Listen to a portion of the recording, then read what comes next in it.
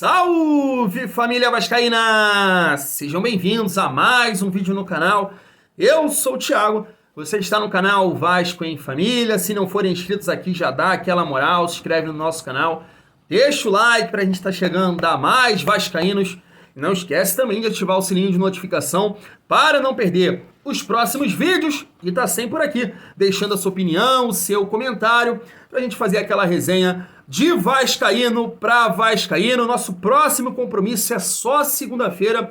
Vamos encarar o Flamengo aí. Mais uma oportunidade dada ao Maurício Barbieri para a gente sair dessa situação. E mais um adversário que o Vasco vai enfrentar nesse Campeonato Brasileiro, que vai ter compromisso durante a semana. O Flamengo joga aí pela Copa do Brasil um jogo decisivo contra o Fluminense e o Vasco a semana inteira pensando, visando esse confronto contra o Flamengo. Ontem a gente viu na coletiva do Paulo Brax na Vasco TV que ele deu total apoio ao trabalho do Maurício Barbieri, né? Confia no treinador, porque ele falou ali, né, que o torcedor não acompanha, mas a gente está aqui internamente vendo que está tendo muito trabalho, é isso, é aquilo, muita entrega, mas realmente a gente quer resultado, Paulo Brax. Mas eu acho que ele deu uma catucada ali no Barbieri, no sentido que, não vai chegar reforços nesse momento. A janela só abre no dia 3 de julho, então chegou a hora de olhar internamente e testar alguma coisa diferente, fazer uma mudança tática, uma mudança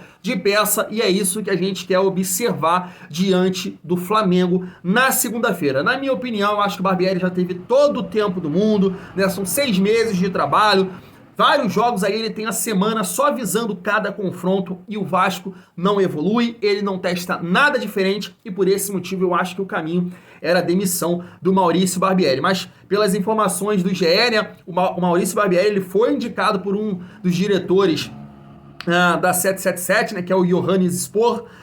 Ele tá com moral ali com o Paulo Brax e, cara, na minha visão, não faz sentido nenhum. Se o Vasco tiver mais um resultado negativo diante do Flamengo, eu acho que é insustentável a permanência de Maurício Barbieri, mas ele segue e vamos ver essas mudanças cobradas aí pelo Paulo Brax na coletiva, se o Maurício Barbieri vai insistir com os 3 volantes. Pelo amor de Deus, coisa que ninguém aguenta mais, né, família vascaína? Um outro ponto que ele tocou ontem na coletiva foi o camisa 10, né? Uma peça importante aí pro Maurício Barbieri no seu modelo de jogo. Ele falou que mirou muito alto esse jogador e aí acabou não conseguindo a contratação. Disse também que esse jogador já está bem encaminhado, ainda bem que não vazou o nome, e se essa peça chegar, torcedor vascaíno, toma, entrega. Vai ficar feliz aí com as atuações dentro de campo, né? E aí, cara, surgiu um nome ontem, na informação do John Vascaíno no Instagram, que um meia argentino que atualmente está na Arábia Saudita teria sido oferecido ao Vasco.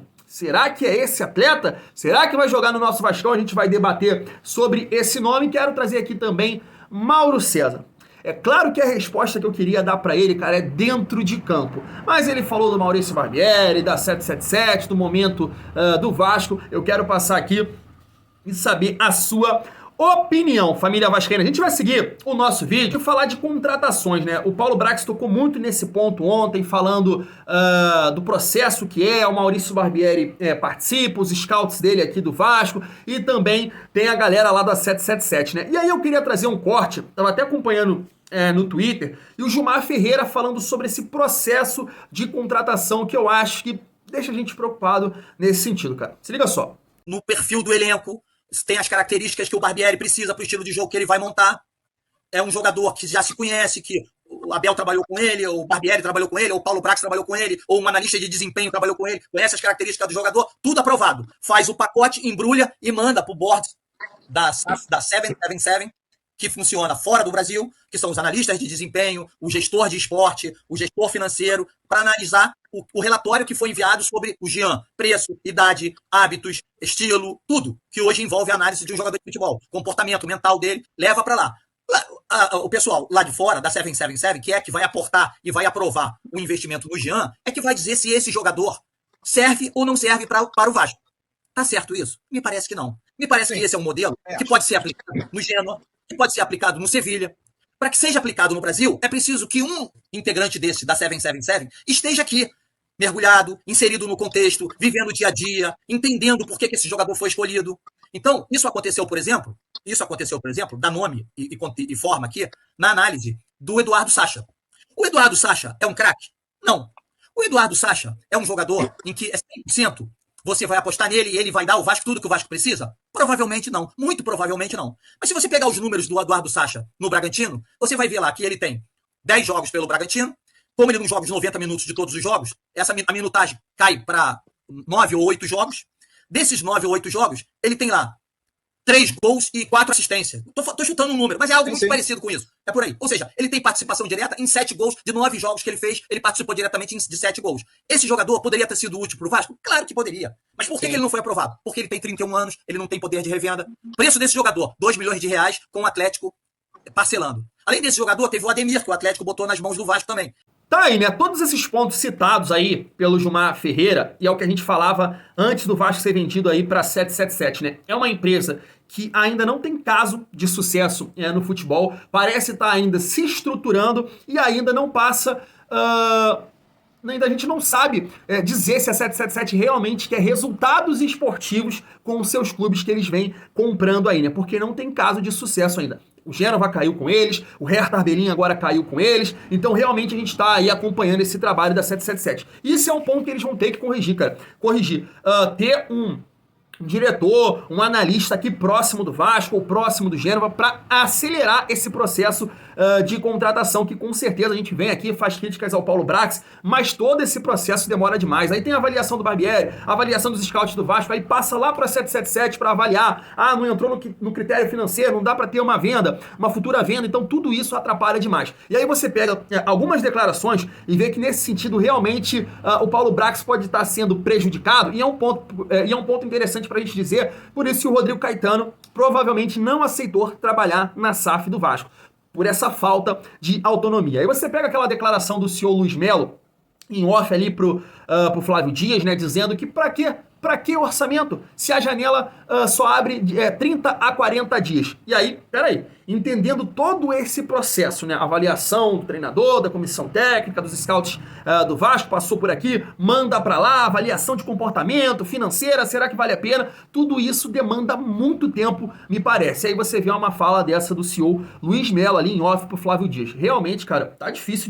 de achar que o Vasco, nesse momento, está sendo conduzido aí de uma forma profissional e era uma das promessas. Nesse sentido, família vascaína, de nomes sendo oferecidos, jogadores analisados, surge o nome do Tino Quanca. Eu acho que é assim que pronuncia. A informação é do John Vascaíno e disse o seguinte, o meio-campo Tino Quanca foi oferecido ao Vasco, agora só depende do clube para que o negócio aconteça. A informação dada pelo representante do jogador, Renan Coelho, né, família vascaína, é um jogador argentino, e aí a torcida do Vasco, cara, eu vi lá nas últimas postagens dele, né, do Tino Quanca, torcida do Vasco enchendo lá, vem pro Vasco, vou até passar aí, até filmei pra vocês, e a torcida pedindo ele no Vasco, né? E tá aí, é um jogador de 30 anos que atualmente está na Arábia Saudita, fez 34 jogos na atual temporada, 14 gols e 3 assistências. Vou passar alguns lances aí dele pra vocês, né? Não passou por tantos clubes assim relevantes na carreira, o Emelec, o Colón,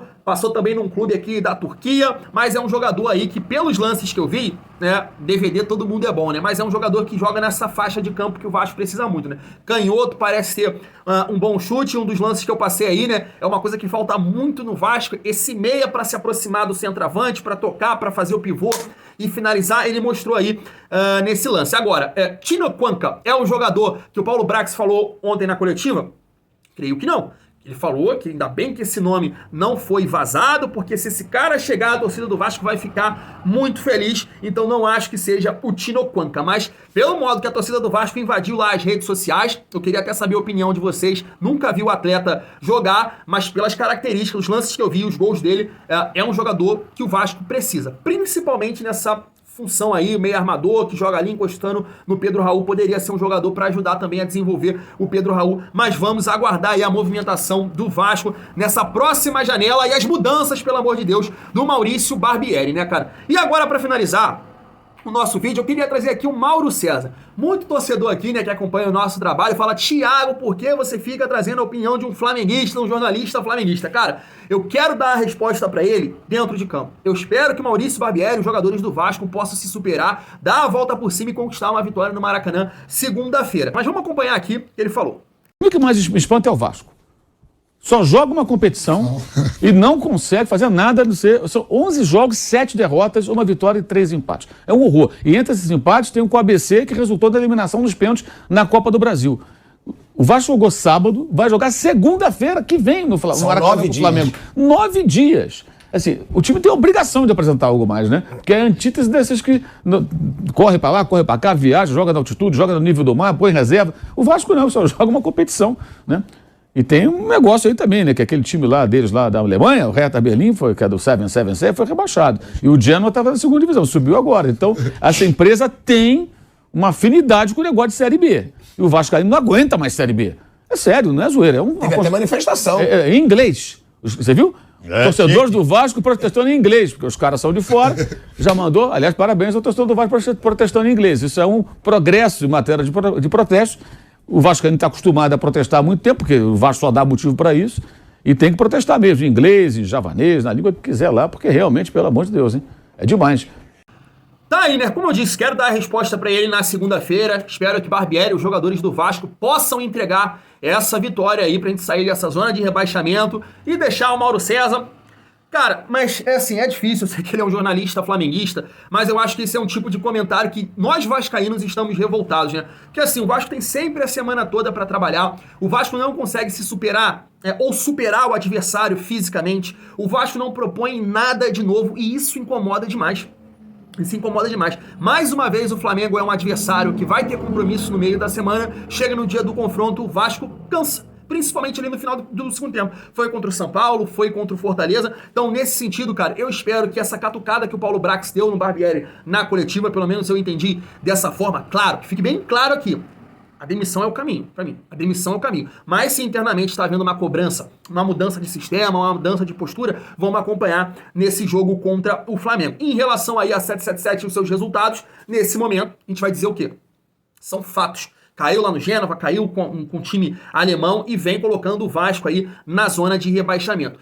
Todo esse processo, né, de contratações aí, que é bem demorado, eu espero que eles possam entender que, irmão, tem que soltar o papel colorido.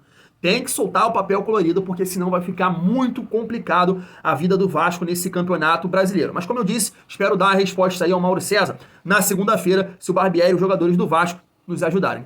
Vou ficando por aqui, tamo junto e é muito bom ser Vasco.